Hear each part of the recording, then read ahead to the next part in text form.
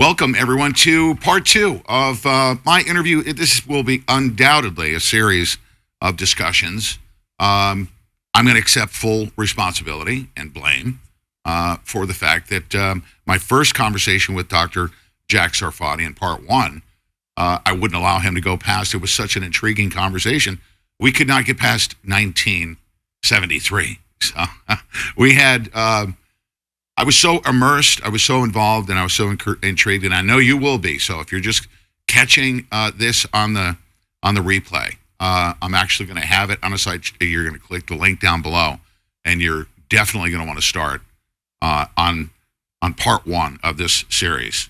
So, Dr. Sarfatti, welcome back, sir. And like I was just saying, I accept full responsibility. I was so intrigued and so immersed in the conversation. And I appreciated everything you shared. I couldn't let you get past 1973. That was an important date, by the way.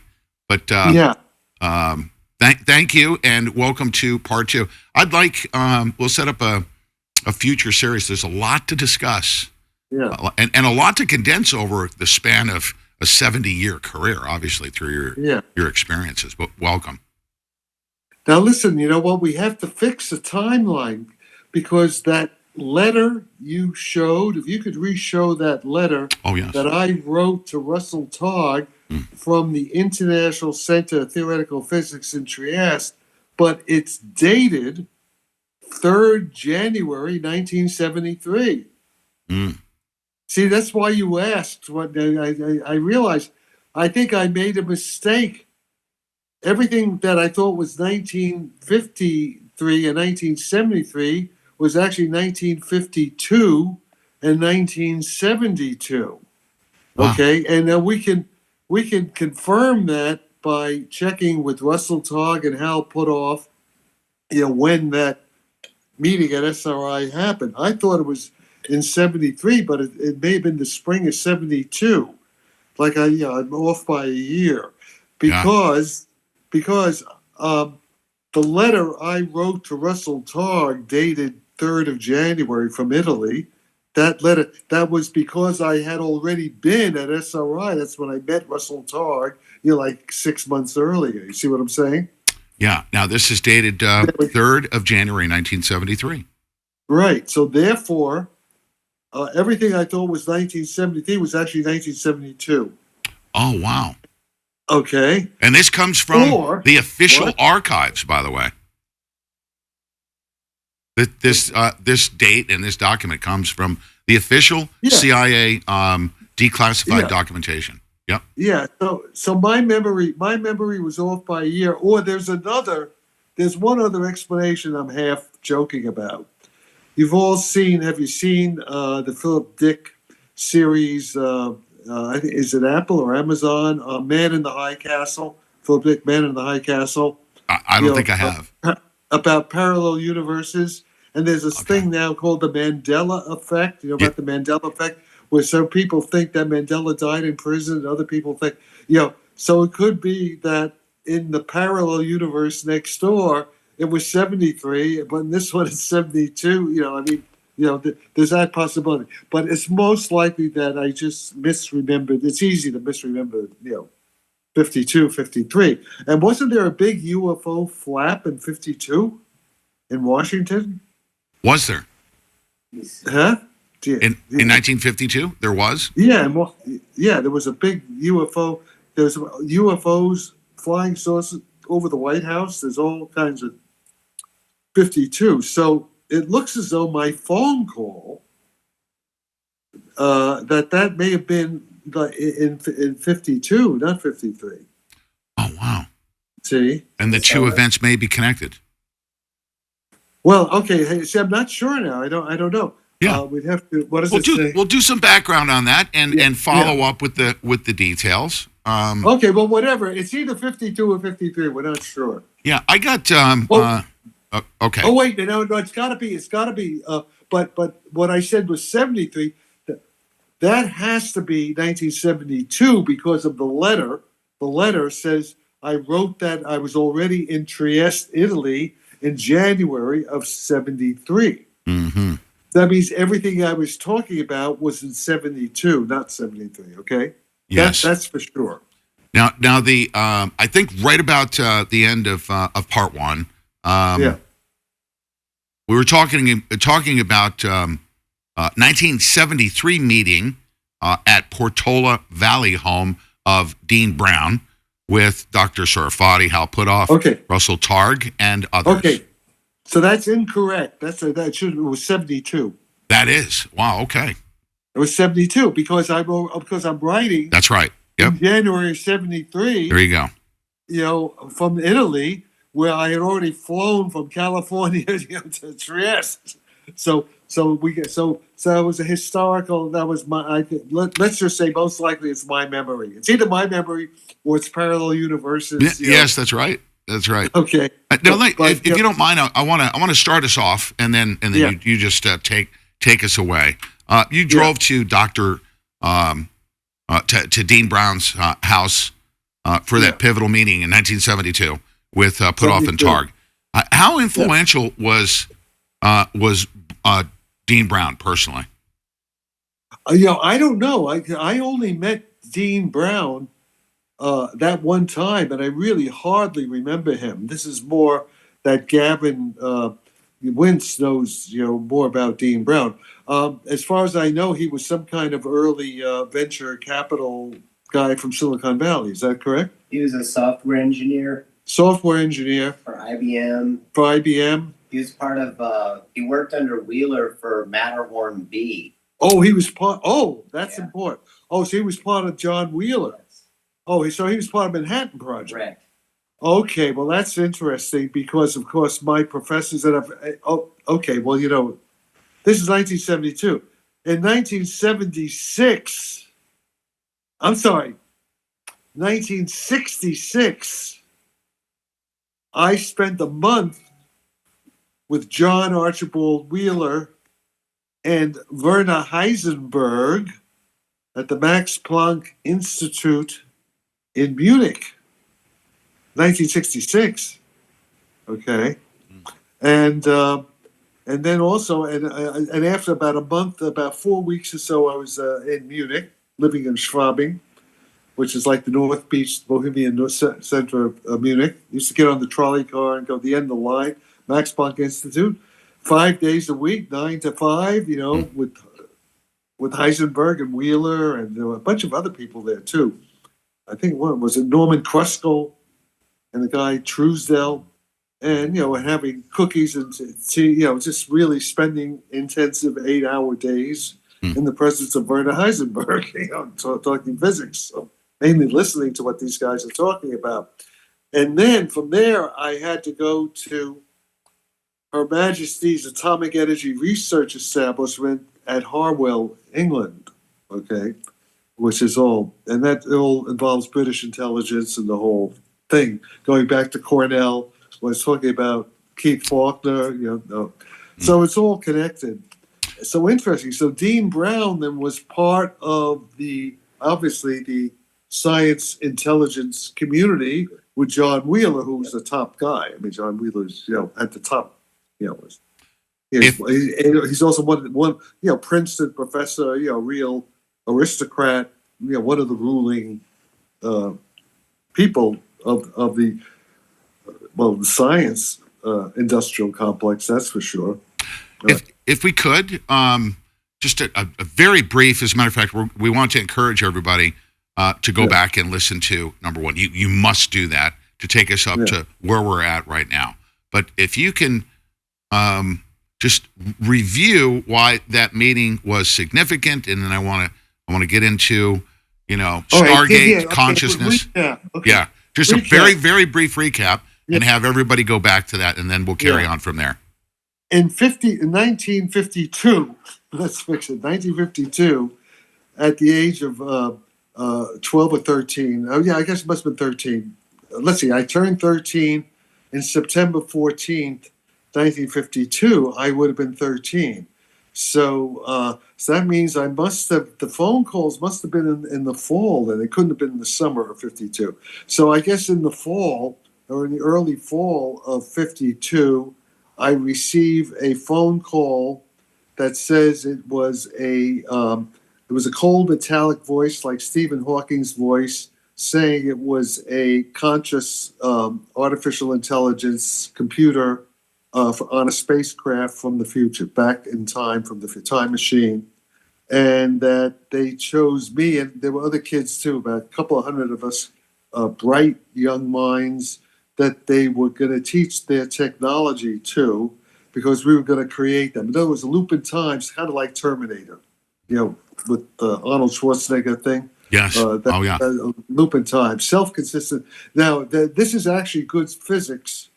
There is a physicist, he's still alive, very, very old man now, named Igor Novikov in Moscow, who actually worked with Kip Thorne at Caltech, the guy who did the Interstellar movie, and talks about these, what are called Novikov's globally self-consistent time loops. It's part of quantum physics today.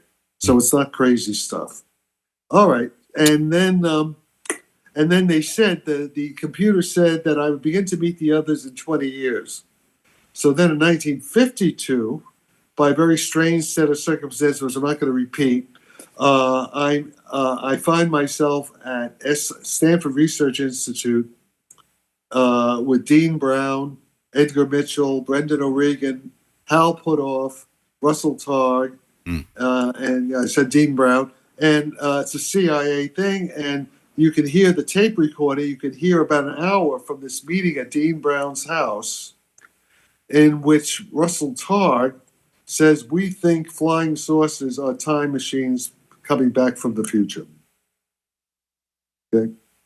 It's on the recording. It's on the recording. You hear him. So it's not Jack Sarfatti talking there. That's Russell Targ. Yes, sir. Foot of a Targ. Okay. All right. So there we go. So here now. So let's set us off. Here's our launching pad. The 1970s counterculture physics scene.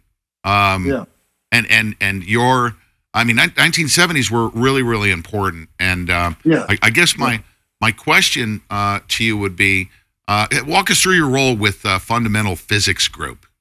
And how there was a popular book by MIT historian of physics David Kaiser, How the Hippies Saved Physics. Yes, sir. And about this whole thing. There's also a Nova PBS called Einstein's Riddle, which is about this story. In fact, you'll see photographs of me a couple of times as a young physics professor. But the point is this. What happened was, when I was at Cornell in 1958, it had to be the summer of 1958 at Cornell, I had a summer job at the Cornell Laboratory of Nuclear Studies, where I was the nighttime operator of the 1 billion electron volt electron synchrotron that was being run by Professor Robert Wilson, who from the Manhattan Project, who later became the head of the Batavia National Laboratory in Batavia, Illinois. But anyway, this is back 58, and I was in this control room, making sure that the electron beam was stable and that kind of thing. And then there was also it was a comfortable place. I had like a bed, a cot, and there was a shower. I could take a shower. In any case, so at night I was reading this book by David Bohm, Bohm, quantum theory book that he had. It was from a course he gave at Princeton University in 1951, I think, when he was also physically working with Albert Einstein at Princeton. And in this book, there are two things in the book. It's one is a chapter on the analogies. I think it's called Chapter 8, the analogies of quantum mechanics with psychology, with the mind, how the quantum mechanical wave function has many of the properties we associated with our mental phenomena. Okay, so it's a right away connection of quantum to mind. It was already in Bohm's book from Princeton that he was from his quantum mechanics course at Princeton. in the Now, early 50s. Dr. Sarfatti, if I could just also highlight in David Kaiser's book, How the Hippies Saved Physics, he calls your circle pivotal to modern quantum technology. Yeah. Right? This is why I'm about to get there. Yes. Okay. I didn't get there yet. Okay. This is only the intro. Oh, yes, sir. Mm-hmm. Okay. Then there was another chapter on quantum entanglement. Entanglement, the Einstein-Podolsky-Rosen effect in 1935. The spooky connections between separated non-locality. And in Bohm's book, when Einstein, Rosen, and Podolsky first published this effect, it was in 1935, and they were talking about two particles. What happens? You have like a complex particle, and it splits apart. It's two particles that move off in opposite directions. But when you measure, say, the position or the momentum of one particle, it instantly affects the position and momentum of the other particle. Okay, and this is like weird. Einstein didn't like it, and actually before Einstein, but a little bit of history. Erwin Schrödinger, I think a couple of years before 1935, actually had a paper. He actually called it entanglement. So Schrödinger was the first guy to notice this. And then Einstein, Rosen, and Podolsky, I guess they must have known about Schrödinger's paper, but they did their paper, and they said that the only way, the whole point of their paper, the only way to keep the Heisenberg uncertainty principle true was to have this kind of really spooky action at a distance that Einstein called this like spooky telepathy or like paranormal stuff. Mm-hmm. Okay. Now the only thing is, and Einstein didn't like it. He didn't. It was one of the reasons he didn't really like quantum theory, even though he was one of the creators of it. All right. So in any case, so there was this. Now it turns out at Cornell at the time, even with Hans Bethe, all these great guys built the bomb. They didn't know anything. They never talked about this entanglement. So I was the first guy here. I'm an 18 year. It's between my sophomore and between my junior. Let's see, what would it be? No, because I was married in 59. Yeah, no, 58. No, it was between my sophomore and my junior undergraduate year at Cornell, working my summer job at the Newman Laboratory of Nuclear Studies, that I really latched on that this entanglement. This was the big thing. And I was the only guy at Cornell talking about it. They didn't know what I was talking about. Even Hans Bethe didn't know. Nobody, okay? So they weren't avoiding it because they weren't avoiding discussing it. They just didn't know it. Either that. Okay, now we get into something interesting. Mm-hmm. You know about Eric Weinstein? I do. Yeah, I hold him in very high regard. Okay, remember this is now 1958. And my professors, they were involved with the Chapel Hill, everything that Weinstein, Louis Witten, Ed Witten's dad, all with the Gravity Research Foundation. If Eric Weinstein is correct, and I think he might be, because it does at least it correlates with things. I don't know for sure, but if they were trying to cover it up. You see, if they knew about it, but were covering it up because it relates to UFO, the flying, the whole disclosure. I think I've heard Eric Weinstein state that physics was stifled for that reason too. Okay, now there were two things that were stifled. Two things. One. Okay. Well, wait. I got to be very precise about this. Yes, sir. Eric is talking about the gravity physics, which I'm working on now. He thinks that was stifled. I don't think Eric ever talks about quantum entanglement being stifled back then.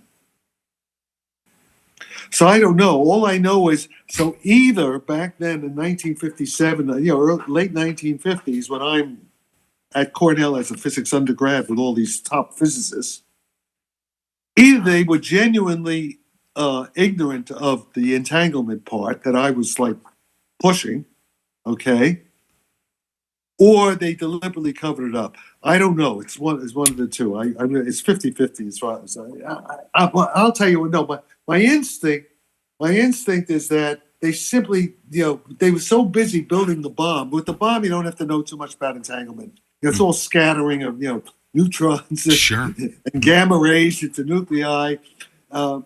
The entanglement doesn't play too much of a role in building atomic bombs. Okay, so they can understand why they didn't.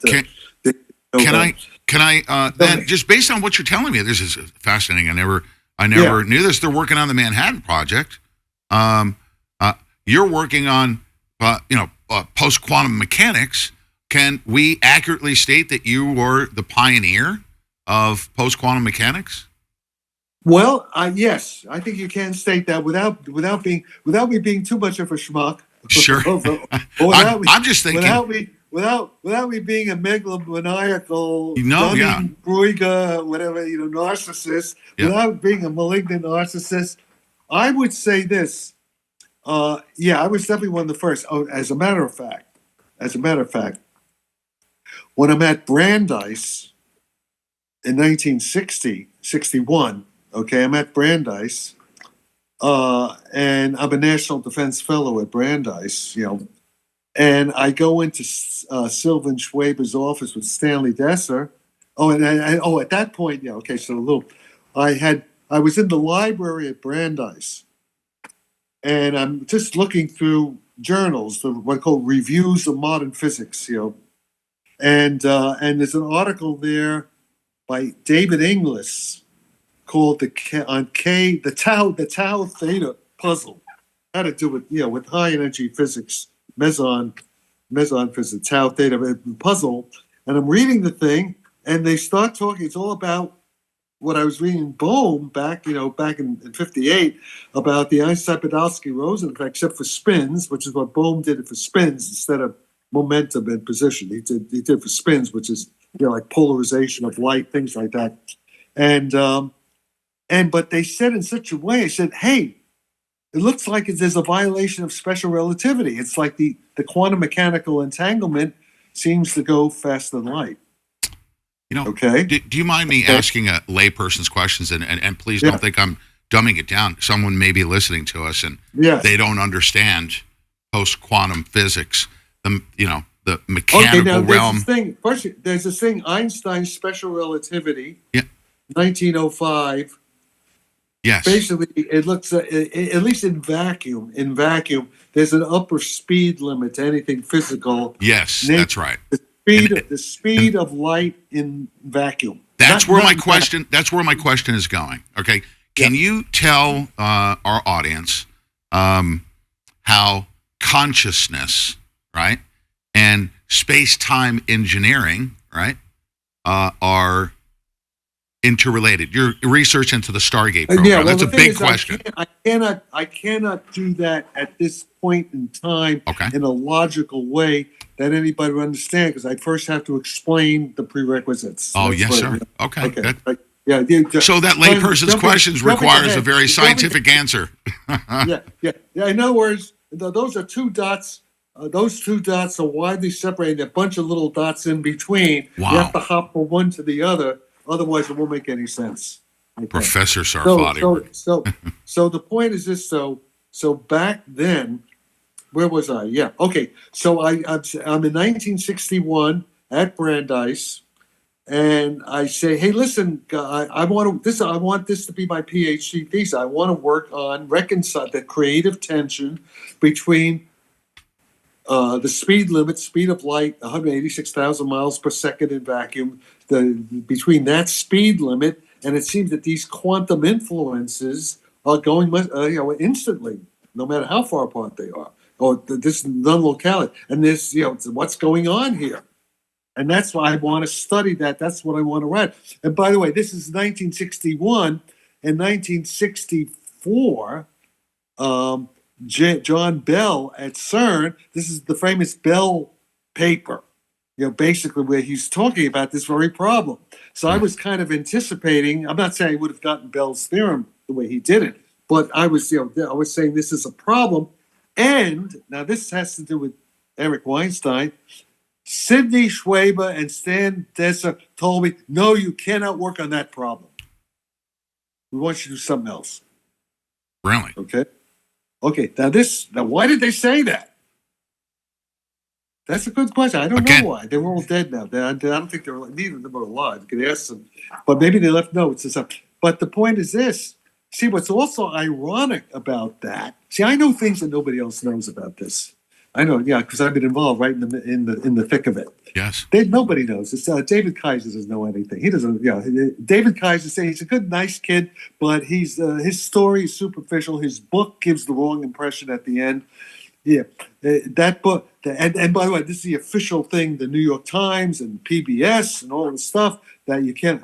They got it all wrong. That's the front. That's the cover story. It's like the CIA front story. Okay, is what you read in what you see on PBS and what you read in Kaiser's book. It's a little more subtle than that. But so the point is this: he why brought did up they a eureka moment though in that book, right? That influenced your work up till today. Yeah, yes, but the point is, but it's a left hand. He didn't do it. Yeah, look, okay. it's better. It's better than nothing. But there has to be a new book. Maybe that's what these guys, Gavin. There has to be a new version of that. Okay. Yes, I agree. There has to be a sequel to how the hip. And by the way, Jack Sarfatti was never a hippie.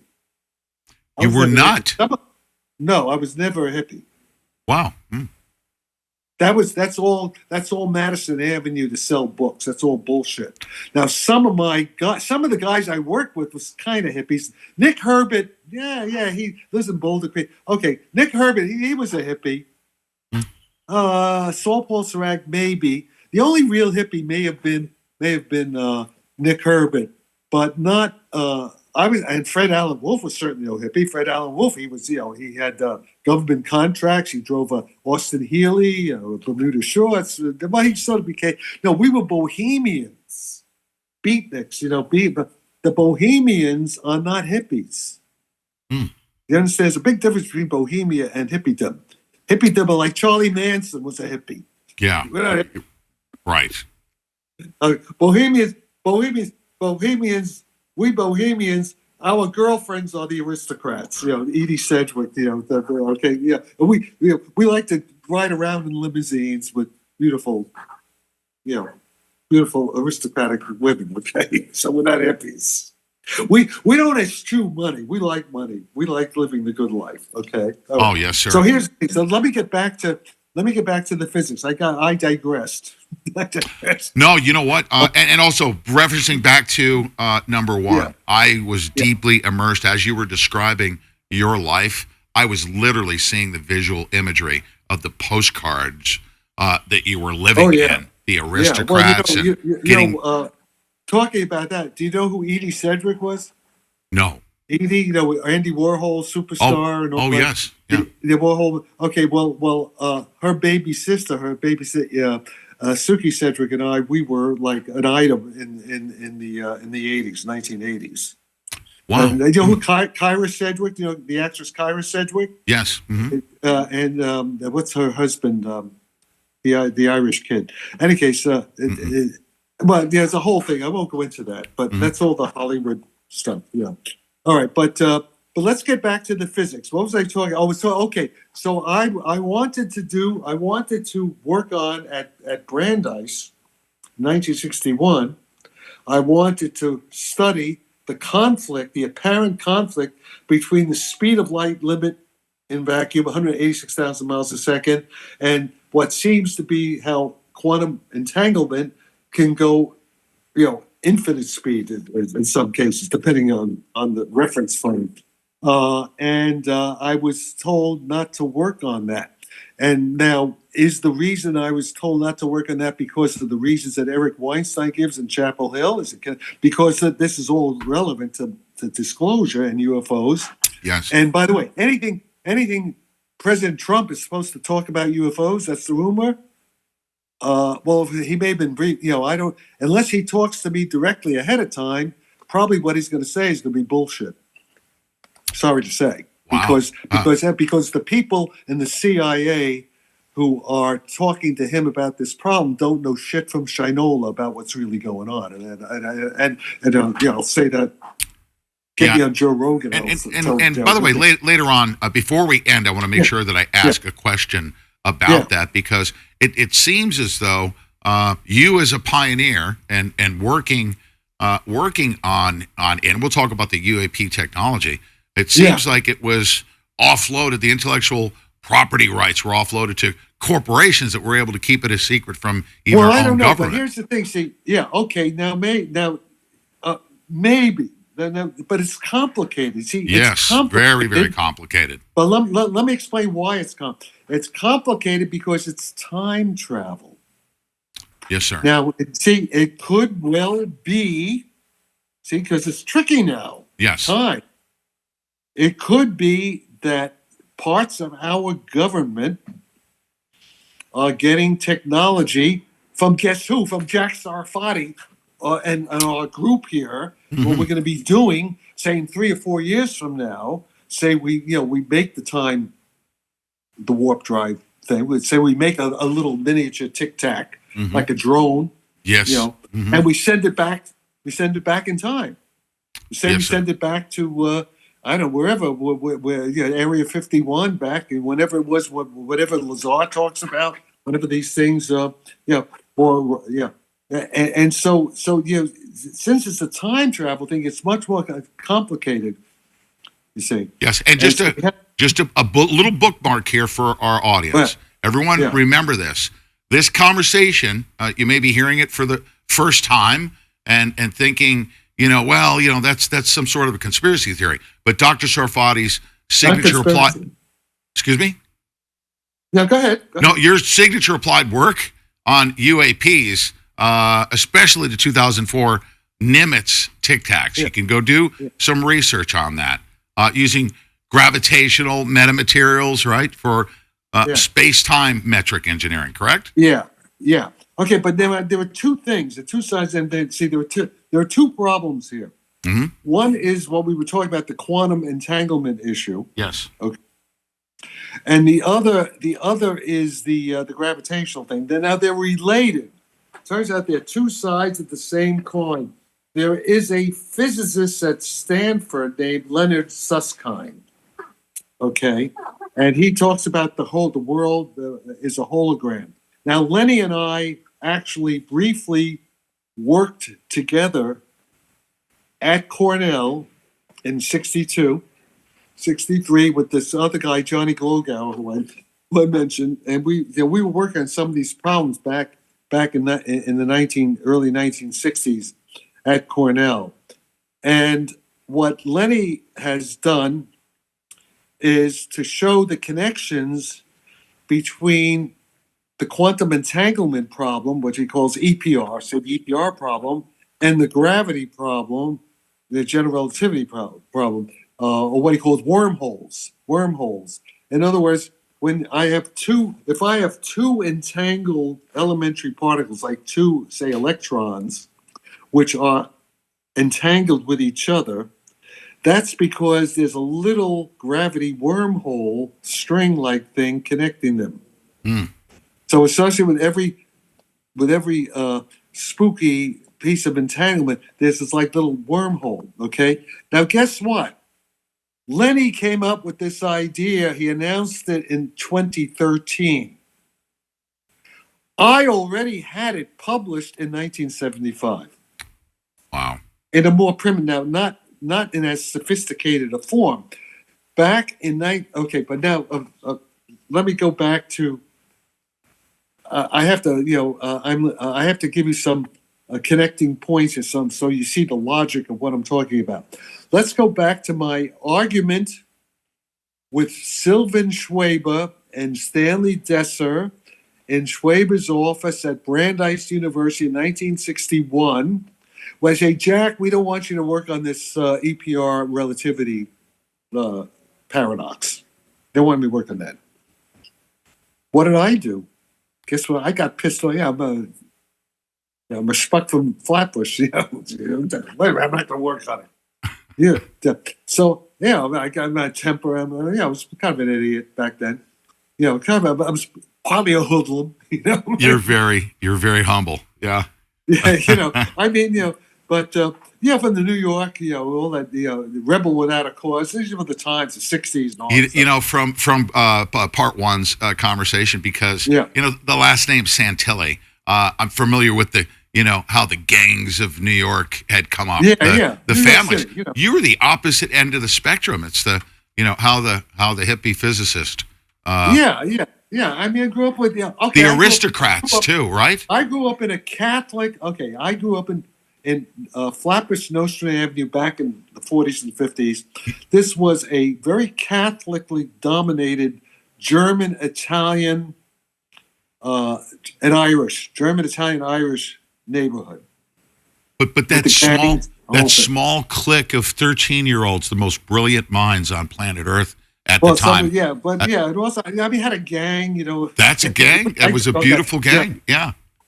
That's changed the world. That whole, So in any case, So any case, Stanley, Dessa, and Schwaber, and too bad because actually it turns out the work I'm doing now is connected with Stanley Dessa's work. I mean, I actually use his stuff, okay? But I was a schmuck. In any case, so I said, so I quit. I quit my National Defense Fellowship. I just walked out of the office. I quit. Goodbye. Schmuck, But guess what? Somehow or other, within a week later, somebody directs me to MITRE Corporation on Route 2, MITRE, Technical Operations Division, CIA contractor, and I'm given a job, hired right away by this guy, George Parent,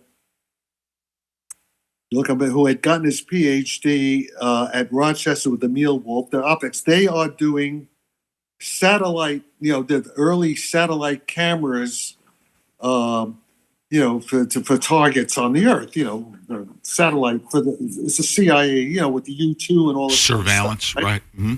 Yeah. Okay. These guys, and I forget how I even got there, but in other words, people are around me, right? I was just going to say you were being followed. Well, whatever, or being directed. They kind of nudge you in that direction, yeah. Right. Okay. I'm like, I was National Defense Fellow. Okay. All right. So I wind up in this group. They're very, very nice people, and they didn't know any quantum optics because I was doing quantum theory. Mm-hmm. So they said they wanted me to study the quantum mechanics of radiation, optical coherence theory. There was this guy, Roy Glauber at Harvard, who was developing this theory. Okay. And so that's what I worked on. And I actually was there for about 6 months or 8 months. And I published a paper in Nuovo Cemento on quantum mechanical correlation theory of black body radiation. And nobody knew anything back then. This is before Roy Glauber, who got a Nobel Prize for this stuff, before Glauber at Harvard really published, how it really works with this coherent state, stuff like that. So I was doing just a little piece of the problem. I was 22 years old, 21 years old. But I actually published the paper in Nuovo Cemento as the like the physical review of the Italian Physics Society, Italy. Okay, I don't know if they sent the CIA sent it there, whatever. I wanted to go back to Cornell for some reason. I don't know, because I do my Gilbert and Sullivan. It was kind of screwed up. I had too many talents. So I'd run through my singing career. Would be a physicist, one of my aunts sang at La Scala, opera singer, and I had his tenor voice. I was actually pretty good. And you probably had a girlfriend back there too, didn't you? No, I was married. You were? Okay. Huh? Yeah, I was married. Yeah, but my wife didn't want to go back there. She wanted to say, that was Judy Belmore. It's so mad of Judy Belmore. Right. All right. But in any case, I had to go back because guess who I meet? I go back there, and I also brought this guy, Johnny Gloga. Phil Morrison got me. There's a whole thing with all these guys. But that's when I meet Lenny Susskind. Lenny Susskind. Now, Lenny Susskind, he's another thug like me. He's another Brooklyn Jewish hoodlum. Lenny Susskind back then. He's a big guy. He's powerful. He was actually pretty powerful back then.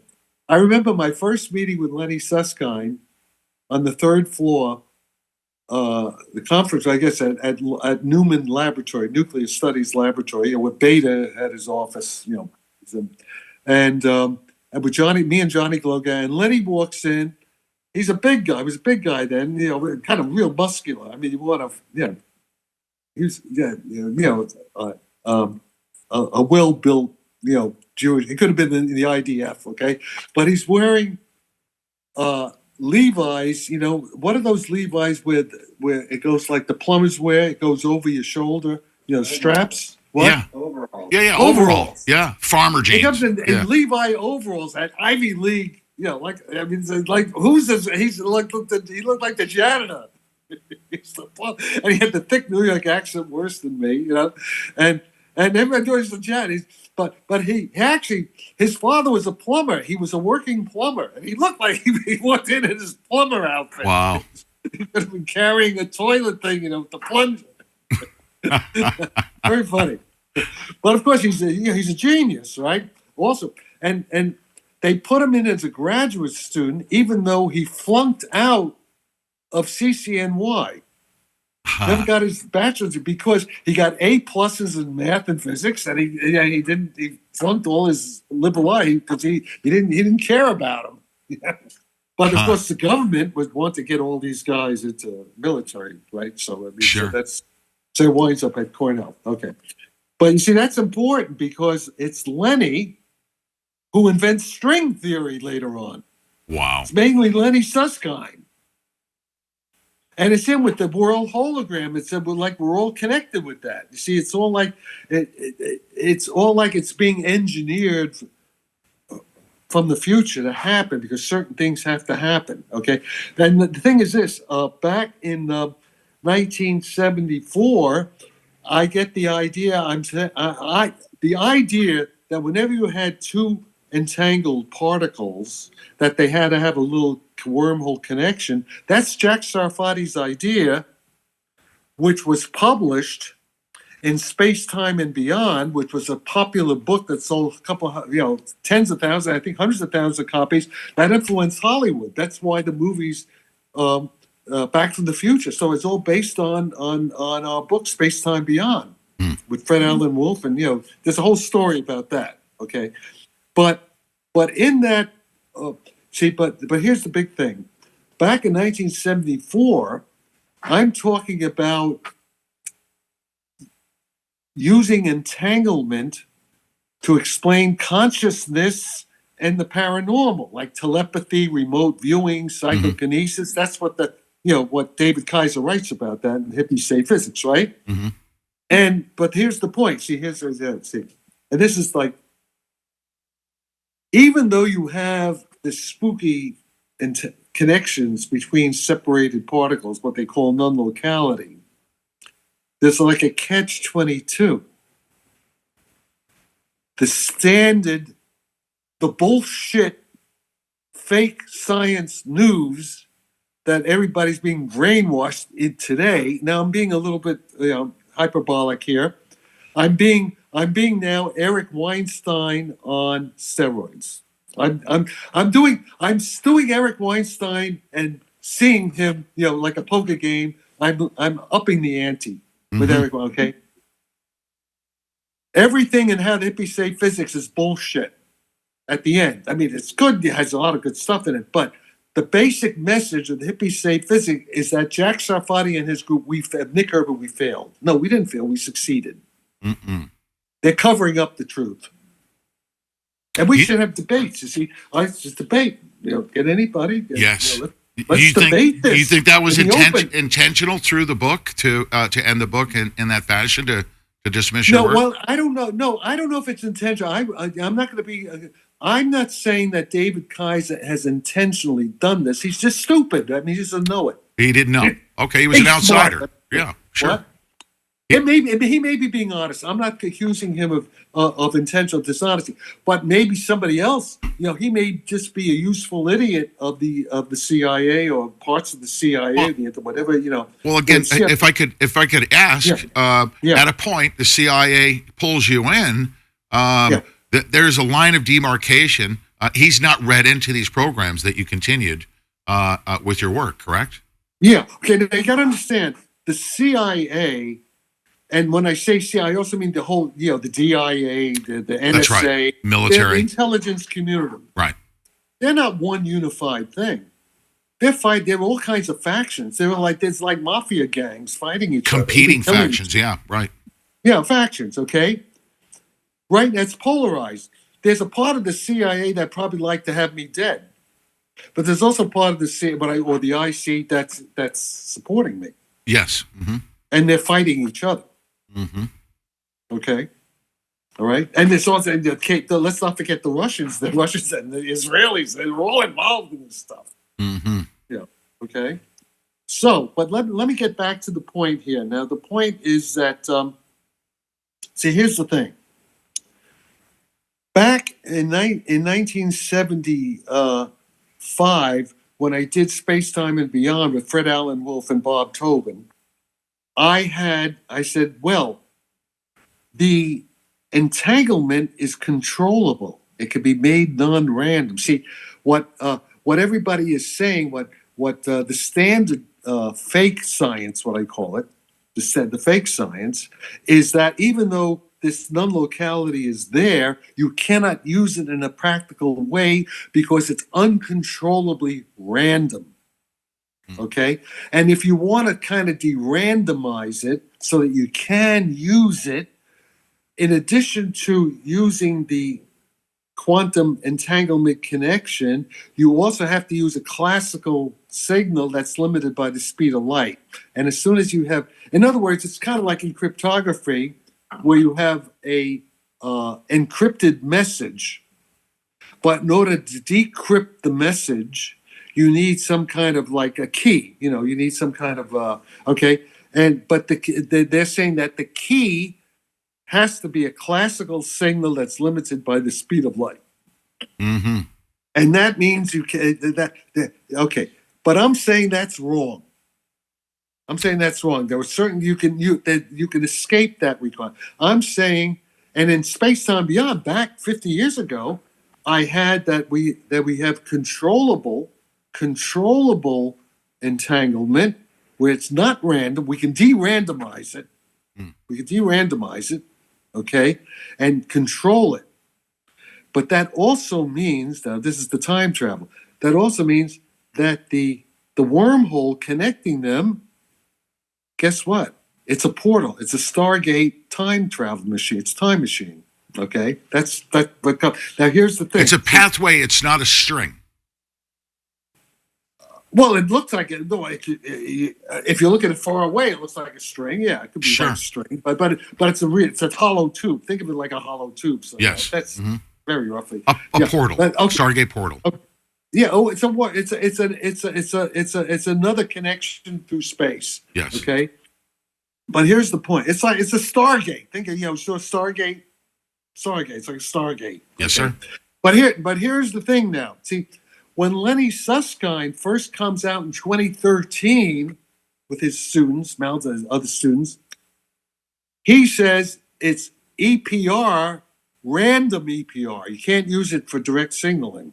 It's uncontrollably random. It's noisy.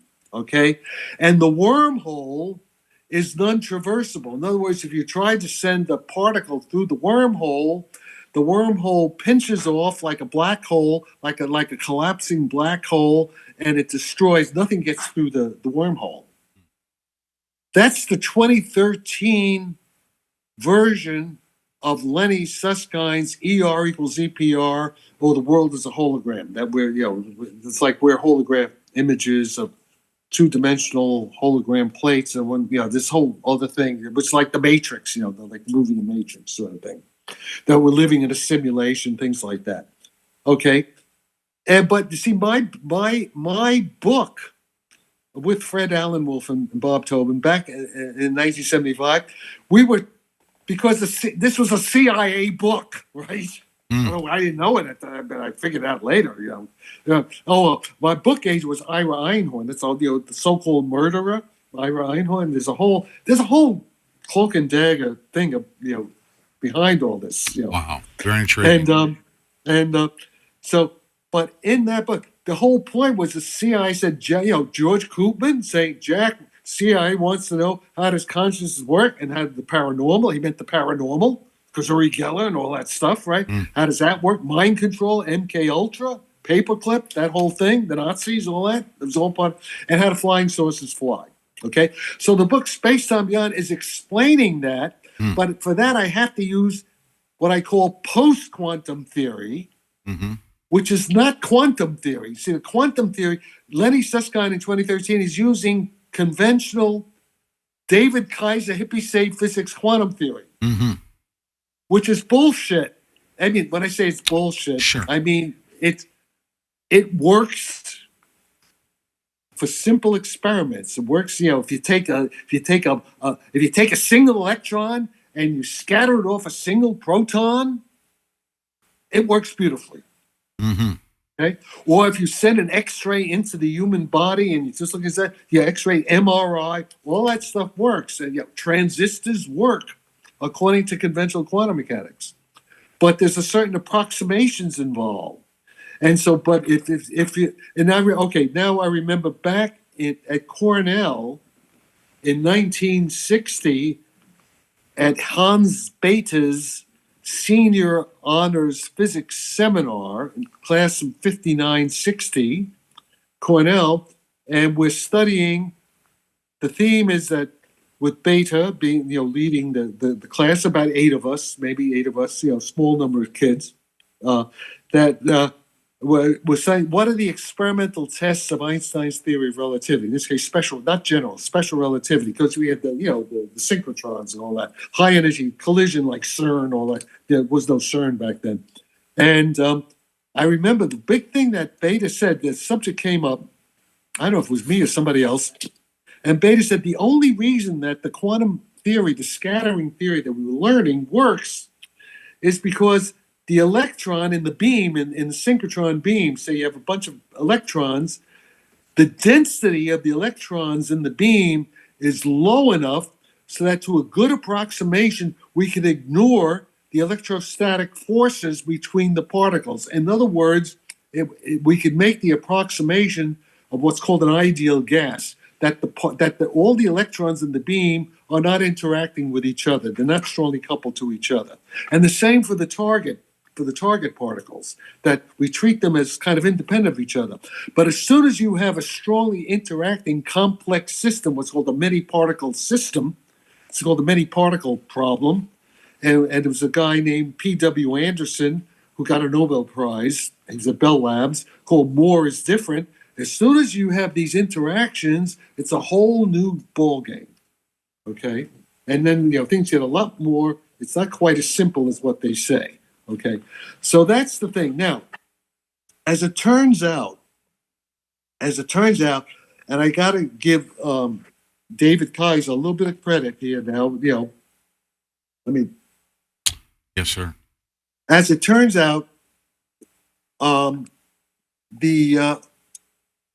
almost all the experiments that Kaiser points to, in the bill, what John Clauser, Clauser was part of our group, Clauser, John, I got the Nobel Prize, for the experiments, and Alan Aspey actually came to North Beach, San Francisco, stayed with me for a night or two back in North Beach, but back in early 1980s. He also got the Frenchman Nobel Prize. Everything they're doing works with ordinary standard quantum mechanics. Those are simple systems. The experiment's very simple. They're not complicated living matter. They're not complex matter. And so, and also, so the point is that although I said in 1975, I said that the entanglement can be used in a non-random controllable way, and that corresponds to an actual Stargate kind of what's called the non-traversable wormhole, which is what Kip Thorne in the movie Interstellar is talking about. That's a star. Yeah, that's a traversable wormhole. Okay, so that and it's time travel. Remember, in Kip Thorne's time travel, right? Okay, but so that would correspond to what that's post quantum. In other words, post quantum mechanical entanglement is controllably non-random, and that corresponds to traversable wormholes. Well, let's call them stargates. In other words, we can have a Stargate, a big Stargate, giant Stargate, not a little one, big Stargate connecting Earth to Mars. I was just going to, yeah.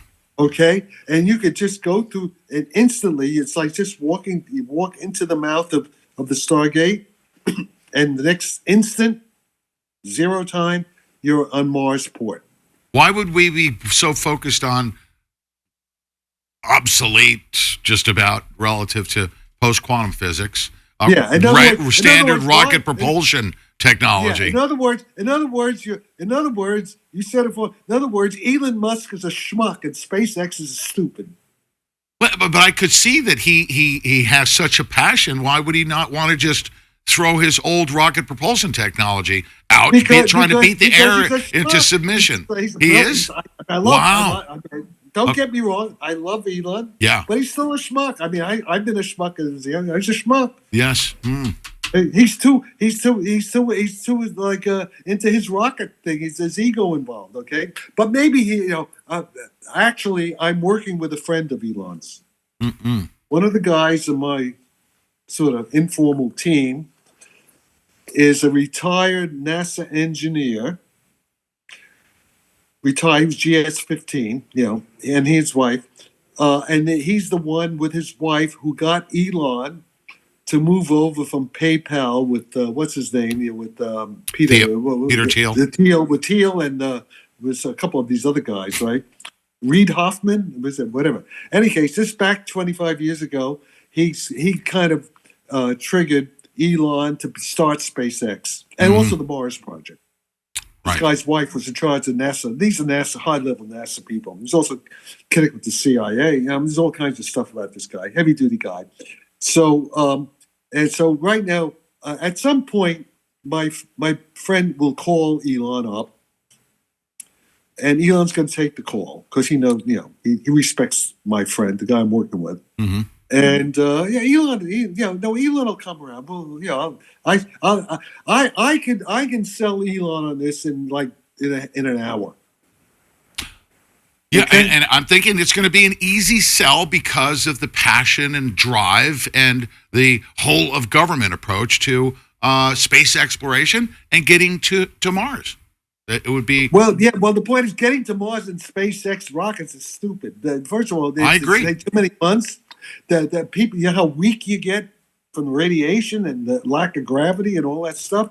I mean, it's how weak the astronauts are when they come back from space station. It's stupid, and it's not what these ETs, what we see flying around with the Navy.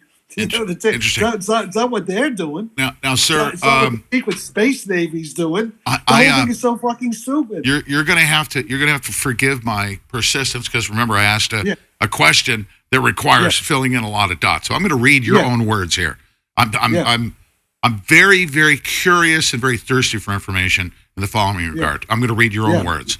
Psychic phenomenon are a manifestation. Hold on one second. Let me read. I'm going to read your sentence. You ready?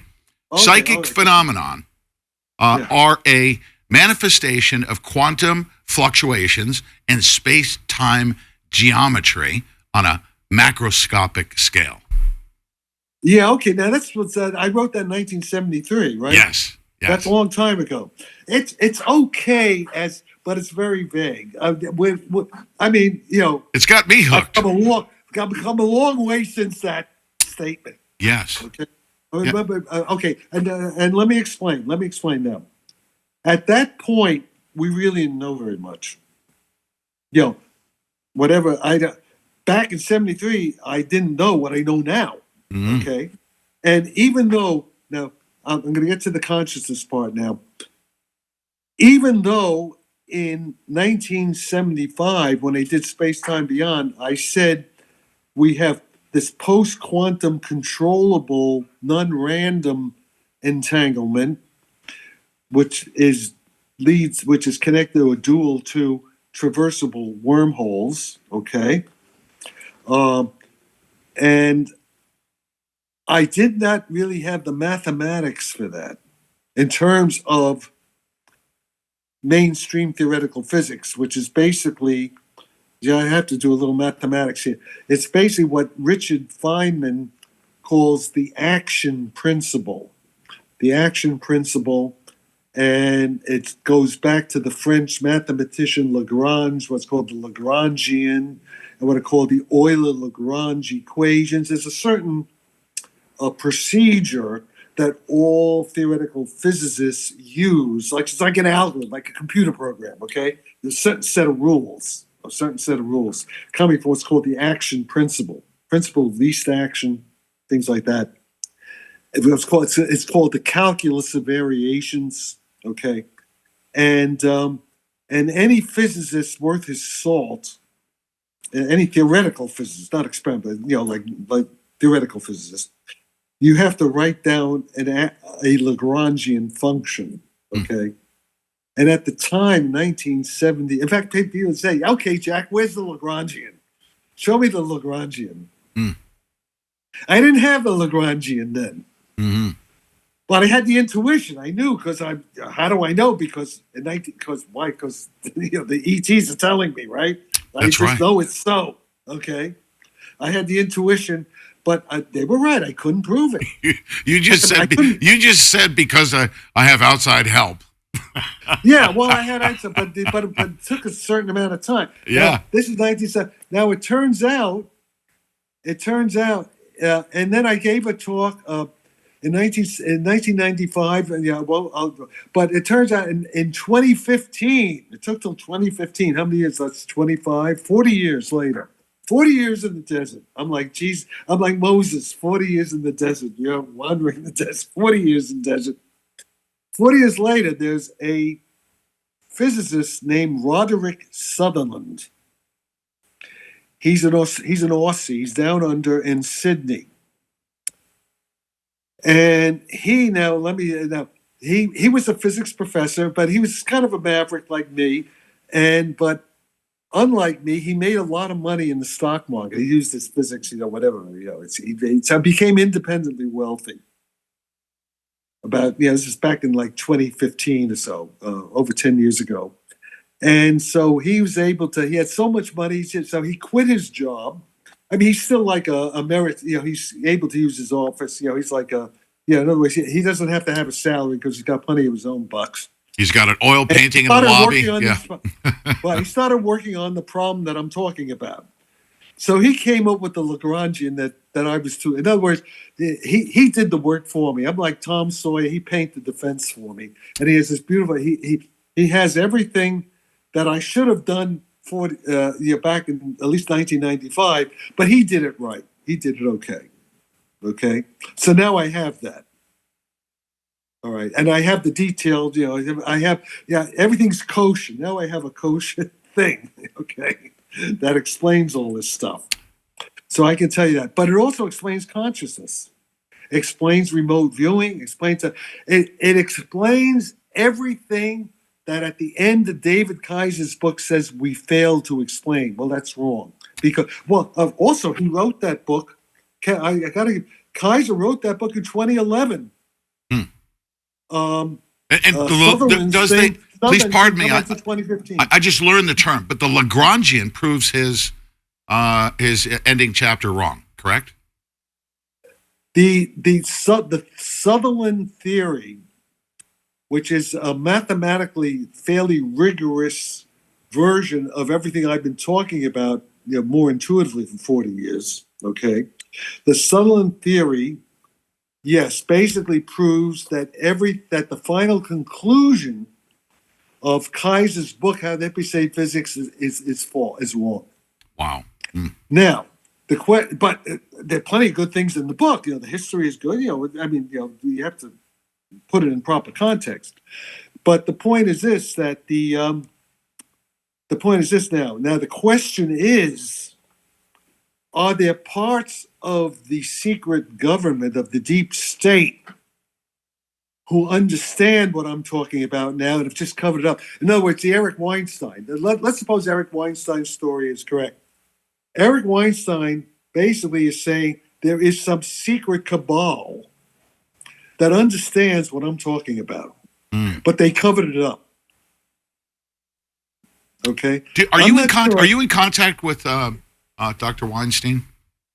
I have had one phone conversation with him because I am in contact with a very close friend of his who was actually one of my students. I mean, this guy Creon Levitt. I'm thinking he needs to be Michael. part. You know, the Blues Brothers. You said you were connected to the Blues Brothers.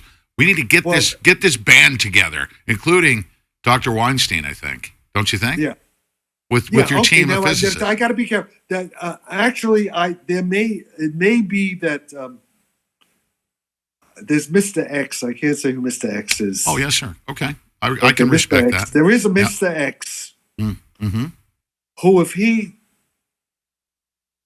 is like the Godfather, okay? It's the Godfather and the Blues Mr. Brothers X, all together. Okay, and I'll tell you, if Mr. X calls that's right, Eric Weinstein on the day of your daughter's wedding, on the phone, on the day of your daughter's wedding. he calls him up and says, I want you and Jack to get together. Luca Brazzi. That's right. Do me a favor. Yeah. You get together. Yes, sir. Okay? Yes, sir. Eric Weinstein will get on the first plane and wherever he's told to go, he'll go. He's very, very important. Yep. Yeah. So there are things happening behind the scenes which I cannot discuss in detail. I understand and respect that. Okay? Cannot discuss in detail. But what I can tell you this is that Manhattan Project 2.0 is basically, as far as I know, operational. Now there's this asshole, what's his name? Ross Coulthart. You know this guy, this Australian Ross Coulthart? Mm-hmm. Yeah, in fact, let me say something about this. He announces on his podcast on not Newsmax, what's it called? News Nation? Mm-hmm. The other day, about 2 weeks, he says Jack Sarfatti was communicating with Jeffrey Epstein.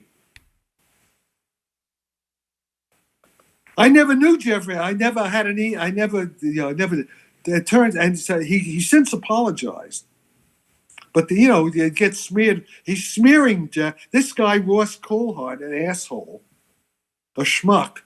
Did he publicly apologize and retract? He's part of the intelligence community. He's part of the intelligence community that wants to destroy Jack Sarfatti. Okay. He's a serious journalist. He's a very serious journalist. And he made that statement? He didn't. No, he's not a serious journalist. He's not. He's an incompetent or he's a dishonest journalist. Oh, as you just stated. He never, wait a minute.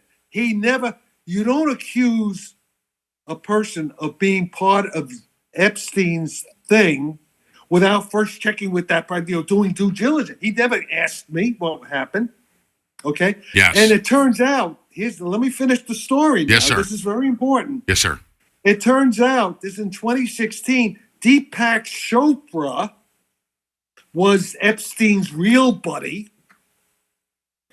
sent 28 emails from my general list, including not just Jack Sarfatti, Brian Jones, a whole bunch of physicists who never had anything to do with Epstein whatsoever, sent our emails. It's okay because those emails were on a public list, but he sent them, and we didn't know anything about it. In fact, I don't think I was even aware of Epstein until his death in jail in 2019, July, when it was 2019. So Coulthart, to his million people, makes it appear that I, was bombarding Epstein with emails. I never had his email. I didn't know anything about him. Okay. He later apologized for it, but it's a little too late. Okay. But I think what it was a deliberate effort, a part of the deep state, to delegitimize me and possibly try to sabotage Manhattan Project 2.0. Oh, okay, wow. we'll find out. Okay? Yes, we will. This is serious stuff. So never trust anything that Ross Coulthard ever says about anything. I will not. He doesn't check his sources. Oh, I will not, based on what you just told me. Wow. Yeah. I mean, he should. He knew. He could have called me up or sent me an email, say, Jack, is this true? Before making the announcement, right? Yeah. Isn't that basic, honest journalism? Yes. You don't smear somebody's name with Epstein, the pedophile, when there's no truth to it, and don't even bother to check to see if it's true or not. Yeah, this is important, Dr. Sarfatti, because if the powers that be want to discredit you and try to sabotage your efforts in Manhattan Project 2.0, they would do it through Ross. So he needs to consider who his source was for that type of information. Wow. Yeah.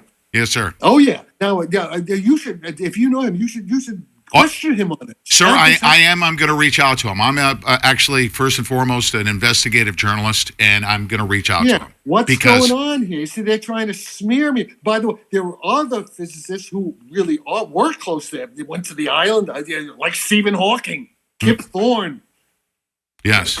Lawrence Krauss. I mean, all these guys, there's a whole bunch of them, but I was not one of them.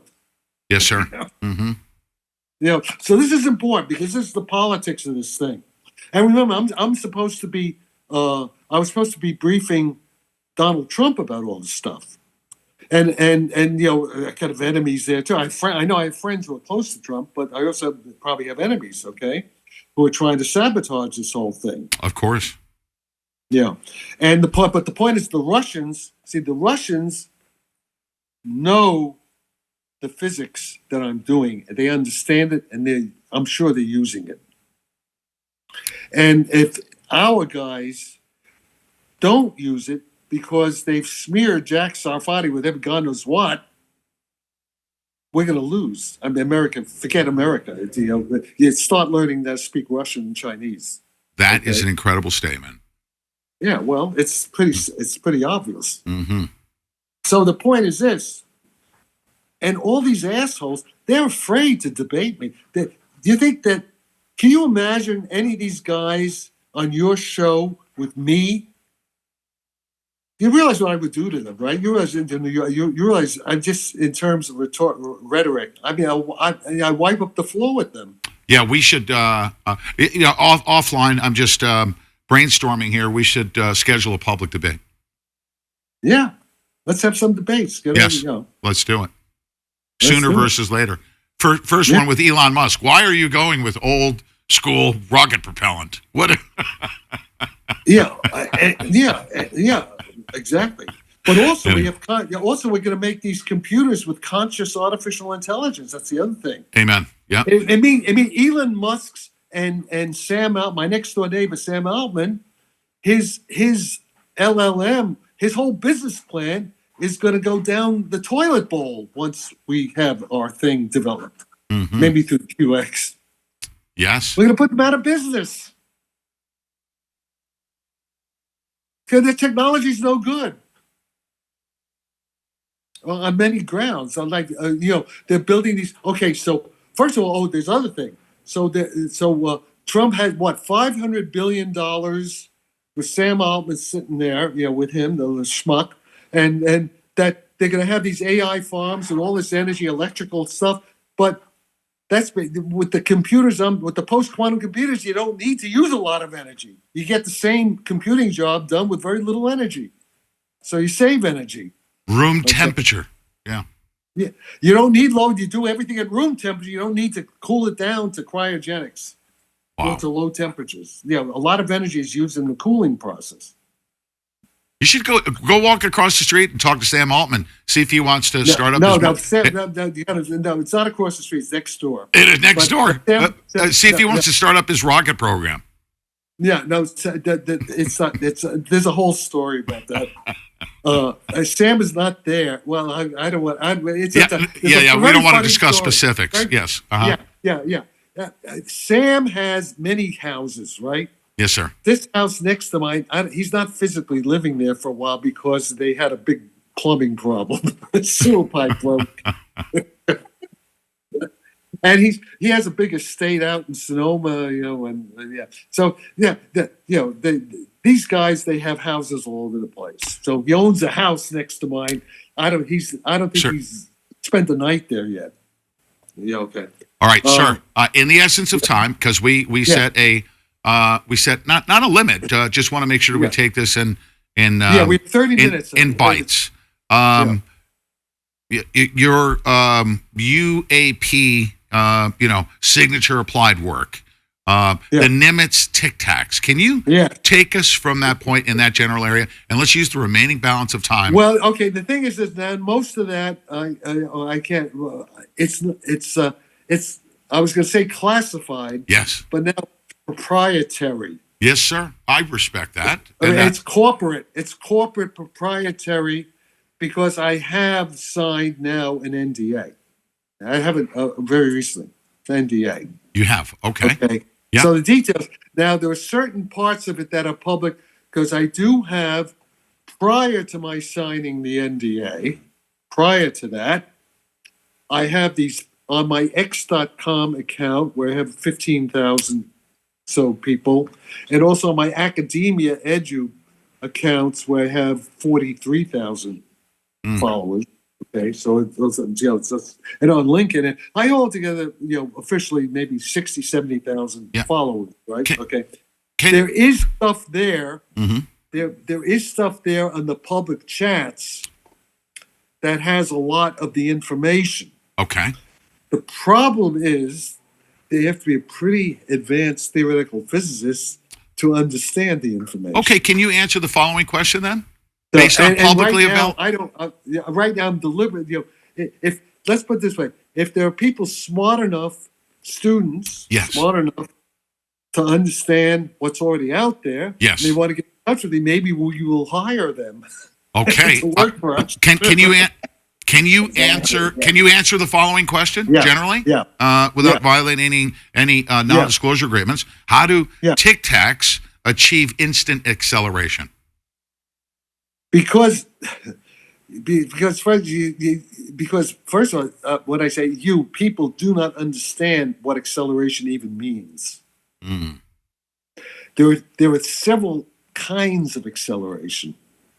Okay, they don't even understand what motion means. They don't understand velocity. They don't understand. There are different concepts of motion.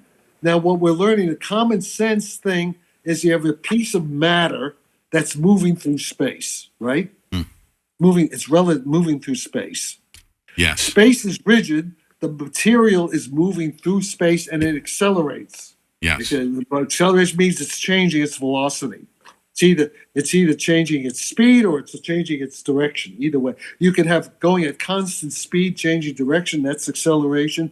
Or you'd be going in a straight line and changing the speed. That's also acceleration. And whenever you accelerate, you feel G-force. Yes. You feel weight. You go in the elevator, and the elevator goes up, and you feel heavier. You go down, and you feel lighter, right? Or you're in your Porsche or my Jaguar, and I step on the gas, and it goes up. I remember I was I'm an aircraft carrier. I was back in the 80s. I was on I was a civilian, but doing work for the Navy. I was on a S3, the mail plane, the S3, and the catapult off the CV-61, the USS Ranger. You feel that thing. It's actually cool. It's actually very pleasant.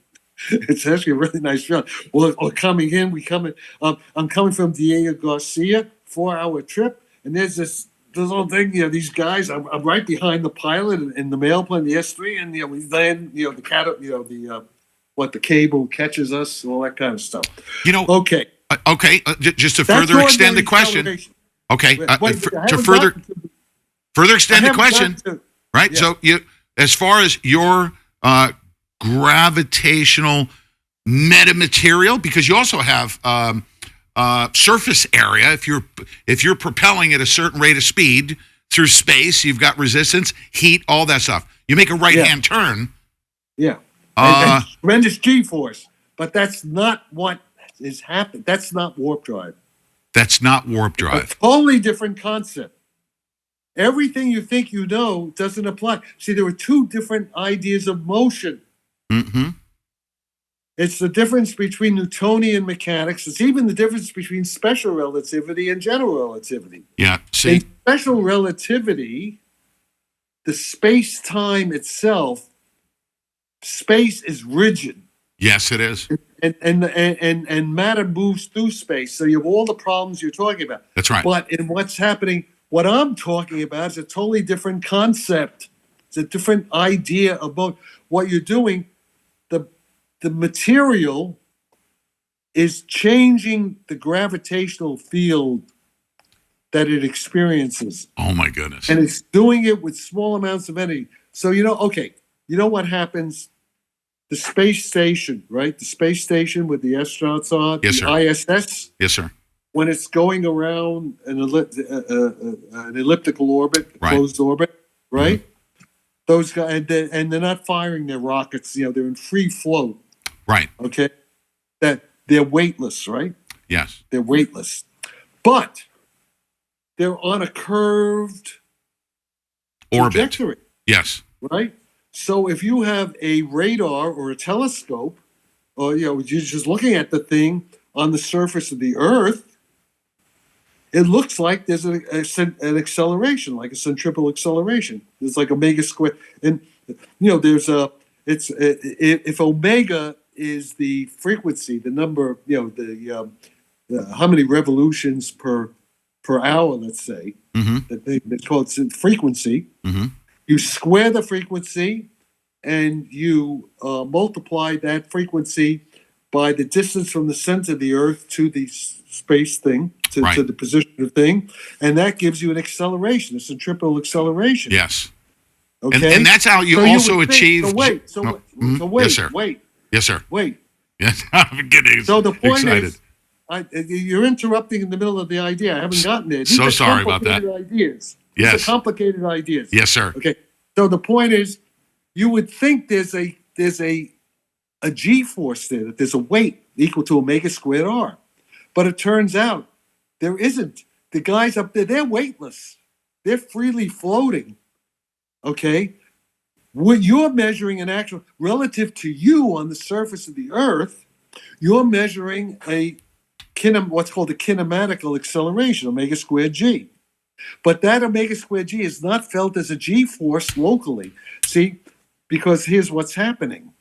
What's happening is that space and time, but let's say space is curved. It's not Euclidean geometry. Space is curved. So when you're standing on the surface, when you're standing still on the surface of the Earth, you are actually accelerating radially outward. You're accelerating upward without moving, because the space-time, that's what curved space does.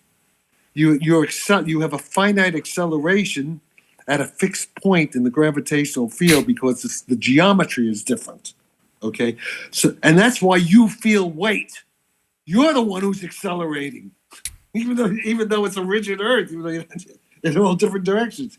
Wow. Stephen Hawking actually explains this very well. Stephen Hawking has a picture book called The Universe in a Nutshell. He explains what I'm saying, and you got to look. He has beautiful pictures. You look at the Hawking book, came out, I don't know, before he died, years ago.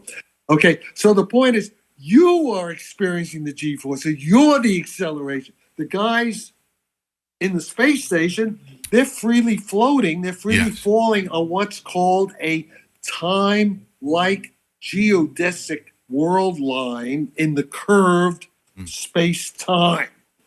Now I'm going to get to the point. Yes, sir. This is all preliminary, okay? The point is that in ordinary technology, NASA and what's his name, Elon Musk, and Jeff Bezos. By the way, Jeff Bezos, he's another rich schmuck. A lot of money, but no sechel upstairs. Okay, they have their limits. Okay, but so what's happening is that they're going in a geodesic, which is a weightless zero G-force thing that to an external observer looks like it's accelerating. It looks like there's a G-force, but there's no G-force locally. Okay, it's going in a geodesic that's determined by the mass of the Earth, and we can't, we can't control it.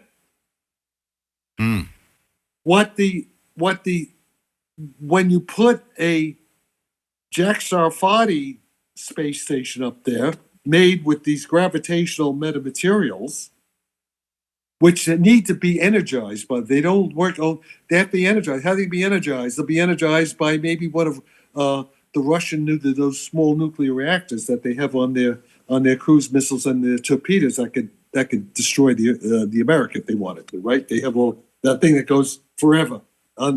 Cruise missile has a nuclear reactor or has that Poseidon torpedo. Yes. Go underneath and it could make a tsunami. And goodbye, Washington, D.C. Goodbye, Donald Trump. Goodbye, White House. Goodbye, everybody. Okay? They can do that. Putin can do that, if he wants to. He may get destroyed too, and we're all dead. Bang, okay. I heard I heard a Russian old Soviet general say that they have that technology. Oh yeah, well of course they. Yeah, no, I know they have. Yeah. But the point, see, I could take. That's why we want to have a peace agreement. Yes, sir. I want to take the Russian nuclear reactor and put it in my flying saucers sort of thing to power it. Okay, and then with that, I can manipulate the gravitational field inside the metamaterial fuselage. I can make that gravitational field anything I want to cancel and counteract the Earth's gravitational field. So that thing's just freely falling. So when you see like the Tic Tac going 20,000 miles an hour, relative to external detectors, and it makes a U-turn, those guys inside, they feel nothing. They feel that they're weightless. They're weightless the whole time. Yes.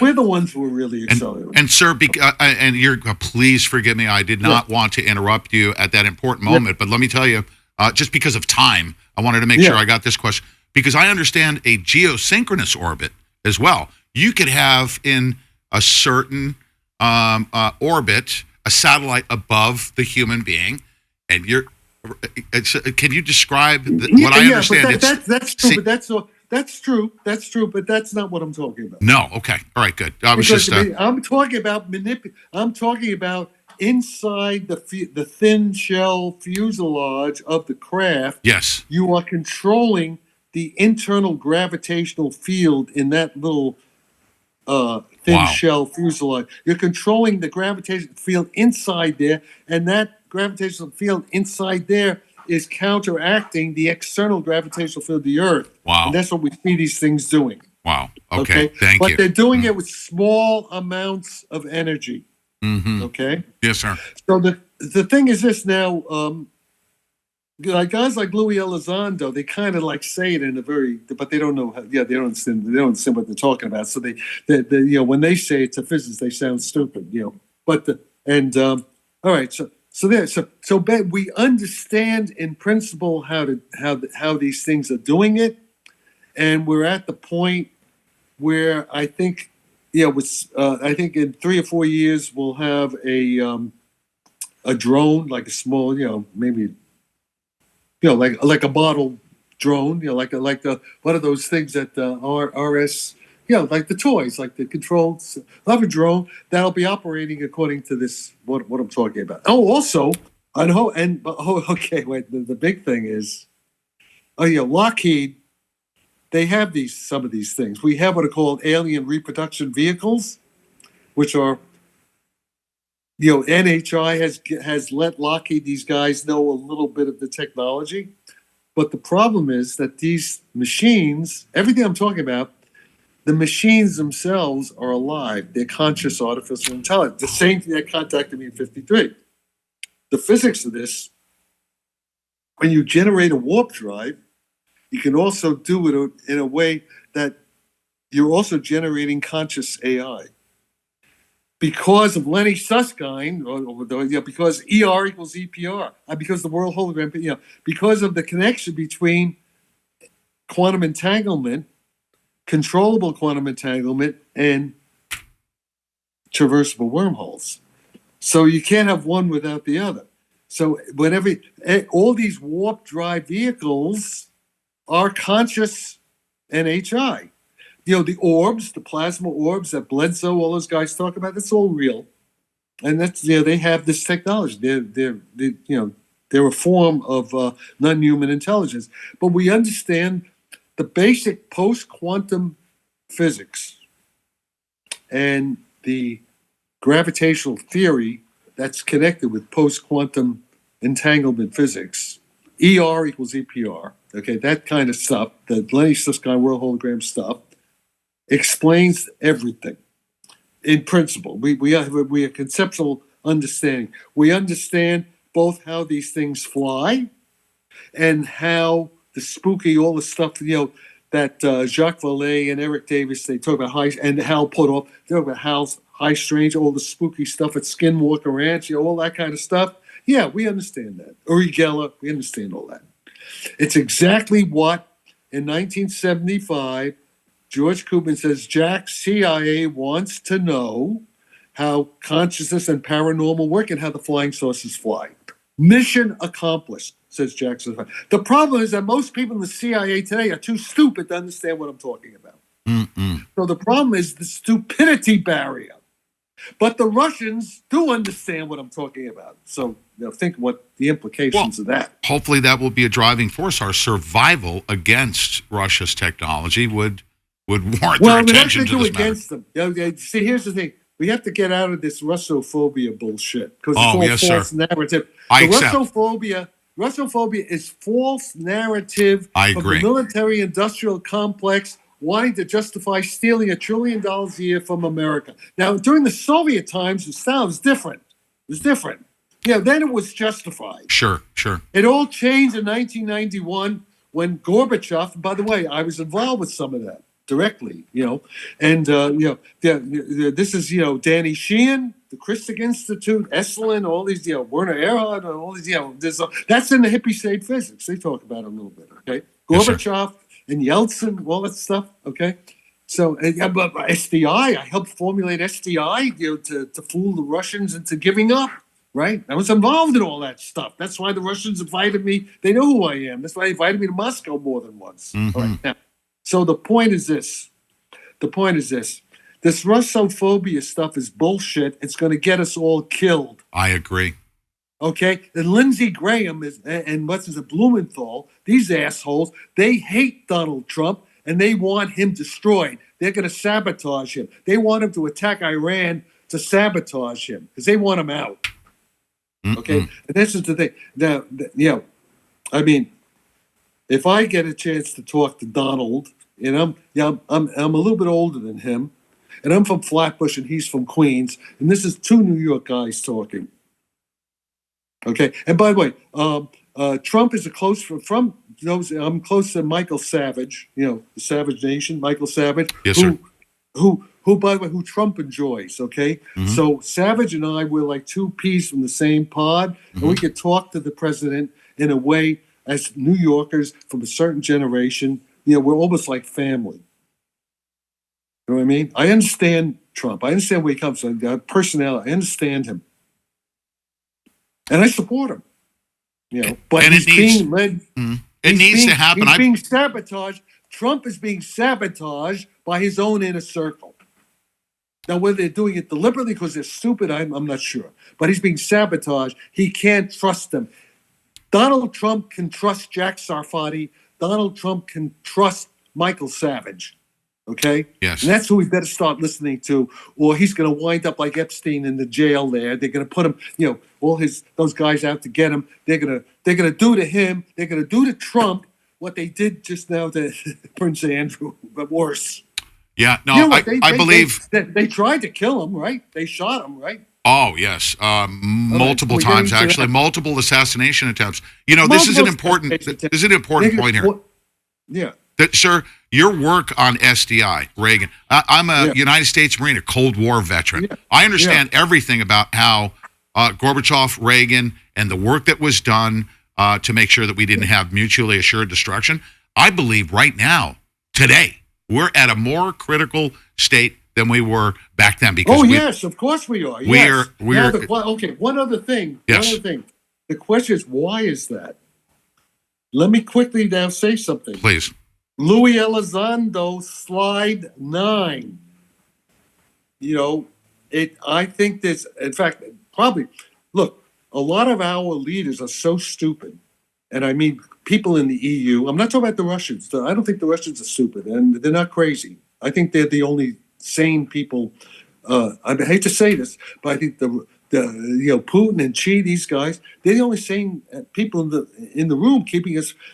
I think our guys, Starmer, Macron, Mertz, Ursula, Kaja, stunning and beautiful. I mean, she's a good-looking woman. Yeah, I admit that. But she's stupid, They're so crazy. They're so stupid. They're so self-destructive. And even people around Trump, they're trying to get Trump to be stupid. Why are they doing that? It could be it's war of the worlds. Remember, I was saying what General MacArthur said? We're going to be fighting these guys.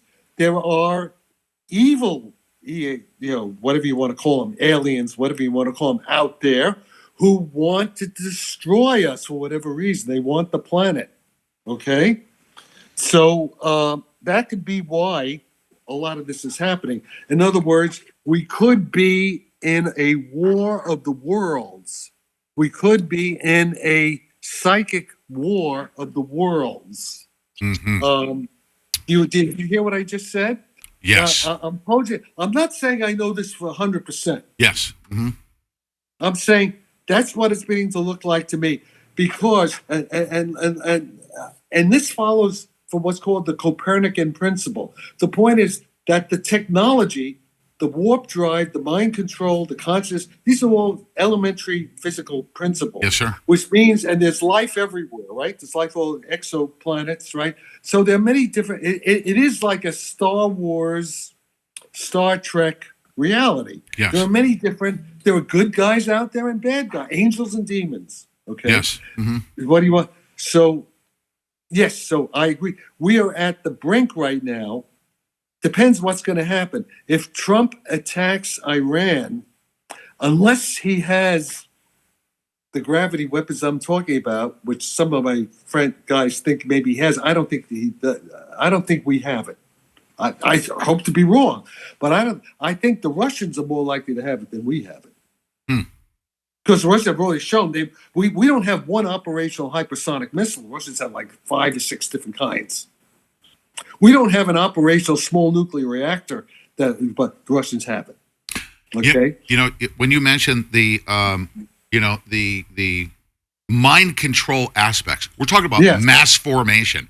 The Epstein stories and all that stuff. Every time there's a counter move, for instance, when President Trump comes out about the time that the Epstein documents are released, and he mentioned something about disclosure, what does the mass formation psychotic individuals do? They say, oh, he's going to steer us away from Epstein with a distraction about UFOs. Yeah, okay, well, yeah. That's a psychological impact on the public here from my outsider's perspective. Yes? Yeah, yes, I agree. Yes.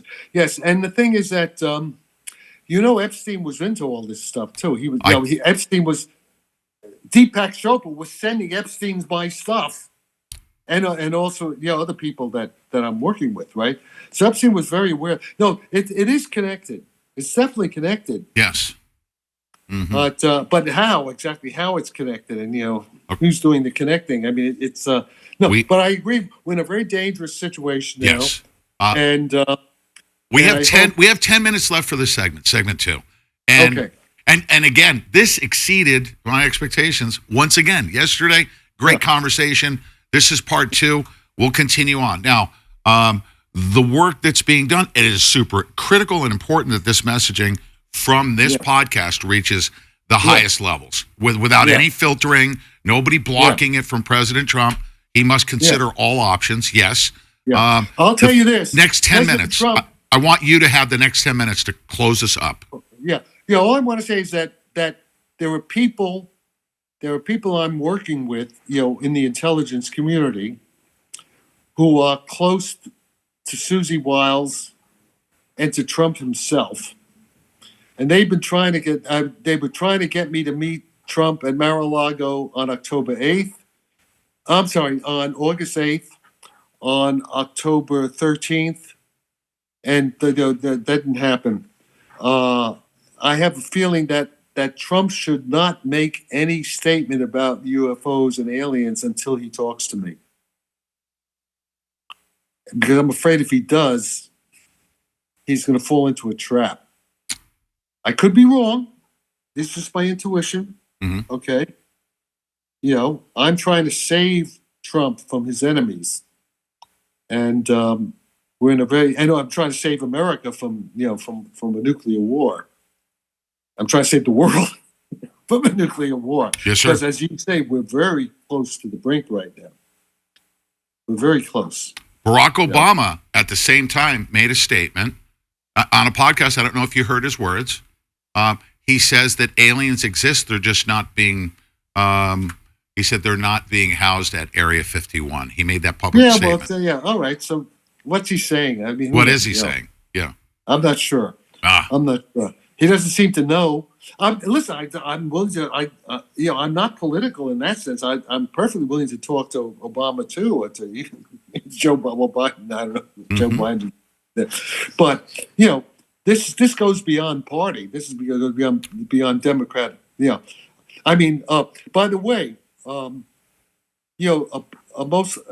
possible future president is Gavin Newsom, right? Even though he's a schmuck too, but I have people connect. I know people who are very close to him too, so I'm willing to work with both Gavin or Vance or any of these guys, whoever is the next president. But unless we save Trump from the people trying to destroy him. On the other hand, hopefully Trump, it's like The Godfather. He keeps his friends close, but his enemies closer. Absolutely. Yeah. Hopefully that's Lindsey Graham is keeping enemies closer. Because Lindsey Graham is not a friend to Donald Trump. I'm sorry. He's either Lindsey Graham is so stupid and Blumenthal either is so stupid that they can destroy the whole world. The world, yeah.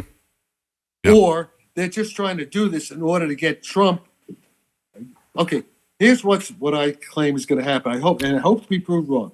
If Trump goes ahead now and attacks Iran, we're going to lose a carrier or two. We're going to lose a lot of Americans. A lot of Americans are going to die. Look, we couldn't defeat the Houthis. We had 2 carrier groups in the Red Sea, and they had to get out of there. Okay, carriers are obsolete now, because of new technology. They're obsolete. And what's going to happen? Trump's going to lose the House and lose the Senate, and the assholes are going to impeach him. Mm-hmm. And since he's lost the Senate, he's going to be like Nixon, but maybe worse. Oh, okay. Yes. That I see that as likely. I pray that doesn't happen. I'm trying to stop that if I can. And I'm not bringing my next question is not being brought up just for the sake of gossip and talking about public or current events, because they have a lot to do with conscious AI. In the past 2 days, we haven't talked about China. Where is China in the mix, especially with their advancements in artificial intelligence? China. What? The country of China. China. Yes. China. China. They have Elizondo did say. Elizondo occasionally says an intelligent thing. He's not all stupid, but he says there are 50,000 Chinese scientists working on these problems. All I can tell you is that some of the best papers in the metamaterial technology needed for this stuff is coming from China. Now, whether they have the big picture, I don't know. I think the Russians are more likely, at my level. But I could be. I don't know. The Chinese, they're inscrutable, right? But I certainly would not write off China. But let's put the Chinese and the Russians are working together, even with the Iranians.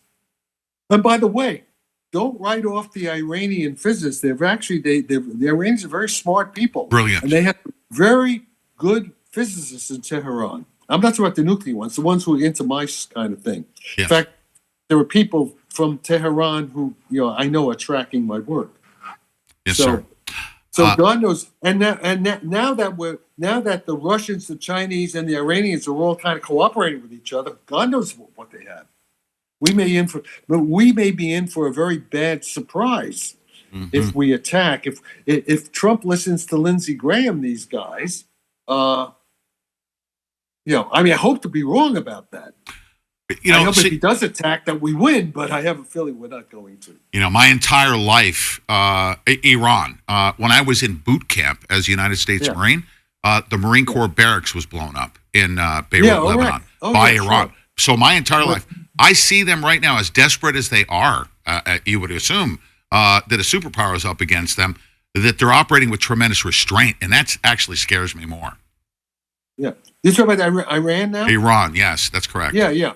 Yes. Well, the thing is this: our carriers, our carriers have to be like 1,000 kilometers from the coast because Yes. they have those missiles, Yes. hypersonic missiles with 1,000-kilometer range. Yeah. And our airplanes only have like 1,000. Yes. So the point is the carriers are neutralized. Sir, I Carries have a- in the remaining 5 minutes that we have that we Yeah. promised ourselves we would limit our discussion. This is going to require a lot of discussion, and you would definitely want to tune into segment number 3. I'm aware of, and just as an outsider, I haven't been read in. I understand that there's something in the Gulf of Aden, like the Houthis and where they are with Yemen, that there's been a lot of naval activity in that area, and it has been said that there's a Stargate portal in the Gulf of Aden. Have you ever heard anything to that effect? No, but there is one in the Mediterranean. There is. That I know about. USOs, everything that the Admiral Gondelay talks about. Yes. I have some inside information. I can't say too much about it, but the answer: take what the Admiral says very seriously, and I have even stuff that he doesn't know. I don't know about the Gulf of Aden. I wouldn't be surprised, maybe, but I do have definite things about the Mediterranean. Wow, that is very intriguing. Now, final question here, and I'll let you close the conversation on the following. What role did you play in the 100-year Starship project? Oh, well, there's an article. You go online. There's an article by Sharon Weinberger about my talk there. What happened was, and this has to do now. Remember, I told you about the NASA guy who got Elon Musk into SpaceX. Yes. Well, that guy and I and another guy named Creon Levitt, who's a research director for Planet Corp, the satellite thing. They have big contracts with the Defense Department. This is back around, I guess, 2010. 2010, we were working with General Pete Worden. Pete Worden was, he had been a retired Air Force Brigadier General, I think, had been at Cheyenne Mountain, but he has a PhD in astrophysics. And he took over at NASA Ames, and Pete would come to my house here, in San Francisco, with Larry and Creon, and they got the idea to do this 100-year Starship program. So I was kind of at the early stages formulating that, and then that was in 2010, and then and we also got Doug Trumbull. Doug Trumbull, the guy who did special effects for Stanley Kubrick's Space Odyssey, he was part of the project. And then Pete Worden paid my way down to Orlando. This is now October of 2011, where I gave the first talk that flying saucers are warp drive vehicles using small amounts of electrical power. And at that point, Eric Davis was there, and Eric Davis got very upset. He said, "No, we can't talk about that." No, I said, of course, I guess, because he's working on secret stuff, right? And I was like, and they tried to shout me down. We always got into a fight. Okay, not quite, but and John Crane, but what's his name? But the guy from Kubrick. All right. Any case, so Sharon Weinberger wrote about that, but that was the first time that I connected metamaterials with flying saucers and warp drive. Okay, which is now kind of like even Elizondo gives a muddled version of it. Yes. But that came from me back in 20. Oh, and the Russians were there. The Russians were there because about a year or two later, I get a phone call from Vladimir, not Putin, but a guy named Vladimir. Says he's from Channel 5 in St. Petersburg. And they sent two guys, filmed, a guy interviewing the cameraman. And they spent about 4 hours in which I'm talking about all this stuff. Okay, and then they came a second time. But I'm going to go into details. So Yes. yeah, so that's All right. that's the story there. Sir, however I don't know how you're going to answer this question, but Yeah, obviously we've established our audience will have a tremendous amount of respect for the first two of this series that we've covered. We've established your credibility and knowledge. Yeah. Now, you as on the senior, you're on the senior advisory board for QUX Technologies, Stratmatics. A lot of our viewers, just average Americans, are understanding where we are in this fourth industrial revolution, AI technology, data centers.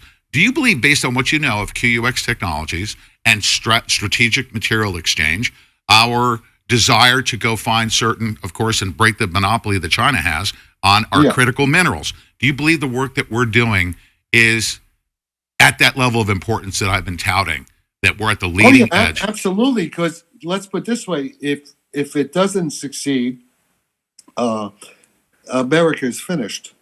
I mean, we're in decline. We're in decline right now. We should build that right into our corporate charter. our goal is to succied so we can survive, right? Yeah, I mean, there's no choice. Otherwise, and by the way, there were I was going to say the Golden Dome. This idea for the Golden Dome not going to work. It's not. What we have may make Golden Dome work. If they want Golden Dome to work, they better pay attention to what I'm trying to tell them. And that's why another reason why if Trump doesn't talk to me before he makes any announcements on the UAPs, it's going to go very bad for the United States. Now, okay, I could be wrong. I could just be some crazy Jewish guy, Yeah. It would be very easy for him to establish your credibility on this subject matter. And I've been told he already knows. I mean, that I've been told he's been briefed. It may very well be that if he does give the talk, partly be based on the briefing of what we've been talking about. Yeah. He may already know. And I don't know. But I will say this: contact. Whether people like him or dislike him or politically, they agree with him or don't disagree, we can agree on one thing: is that like the Golden Dome and the intentions of it to protect North America, that he would have the intentions of making it work. So why would he not? There's no way that the Golden Dome, as currently conceived, can possibly work. Yes, because it's all based on rockets. Anything based on rockets is not going to work. And the guy who proved that beyond any shadow of doubt whatsoever is Ted Postel, a full professor, expert at MIT, Massachusetts Institute of Technology, who's an expert on the missiles. And he shows exactly why it can't work. It's all a boondoggle. It's a boondoggle by the military industrial. Instead of stealing $1 trillion a year from the taxpayer, they're going to steal $1.5 trillion a year for bullshit, bogus technology that cannot possibly work as advertised.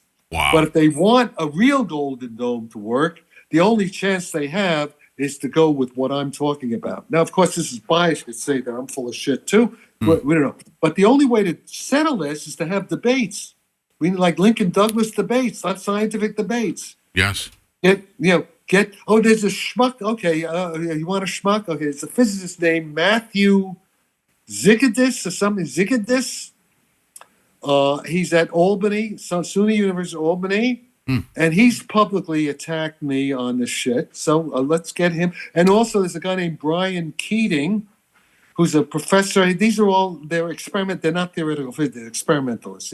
Brian Keating, who's like a big shot. He has all these big shot guys on his pod. He's like a Joe Rogan of physics, like that guy. And he's badmouthed me in public too. Yeah. So obviously this would have to happen behind closed doors, but why would we not want to have competing proposals for the Golden Dome? Yeah, no, but we could also debate the basic physics in public. Exactly. In that fashion. That's right. Yeah. If they're saying Jack Sarfatti's full of shit, let them live. Let's debate it. Let's do it in public. I think that's what we should move towards. Dr. Jack Sarfatti. Sir, how I hope I've done a good job with getting us to the point to where we're at right now. And The third part of this series will come here within the next week or so. Maybe we'll schedule. No, not week, because I'm going back to London. It'd have to be Within the next month. late March. Okay, Yeah, a month. fantastic. Yeah, about Excellent. a month. I'm going to be. Yeah, I'm back in London in a few days. All right, and the way I'm going to build this, ladies and gentlemen, you'll be able to follow through this. You're going to click the link down below to make sure that you follow the first in the series, the second one, and the third one will complete in March. And obviously, a lot of work is going to be done between now and then. Yeah. Dr. Sarfatti, thank you, sir. I honor you, and I thank you very, very much. Thank you. All right. Nice being with you. Oh my goodness, it's an honor. Wow, spectacular, ladies and gentlemen. Thank you. And again, click the link down below, and I will be actually staging each part of the series so that everybody can follow along. As Dr. Sarfatti said, two things: we are at an even more critical time than we were during, the mutually assured destruction and settling between the Soviet Union and the United States of America, East-West. We're on a much bigger stage now. The entire the survival of everyone around the world has a dog in this fight, and I'm so honored to be connected to Dr. Jack Sarfatti, and especially in this series. Thank you.